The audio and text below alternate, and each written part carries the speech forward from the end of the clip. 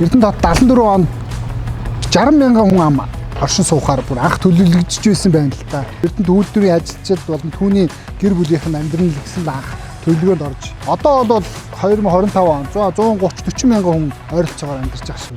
За одоо ингээд маргад дээр 3 өрөө орж ирсэн юм л да. Энийг би зургийг авах чинь ажлын явцдаа танилцаад яг энэ үзүүлж байгаа зураг авж байгаа байдлыг би та бүхэндээ танилцуулъя гэж бодож байна.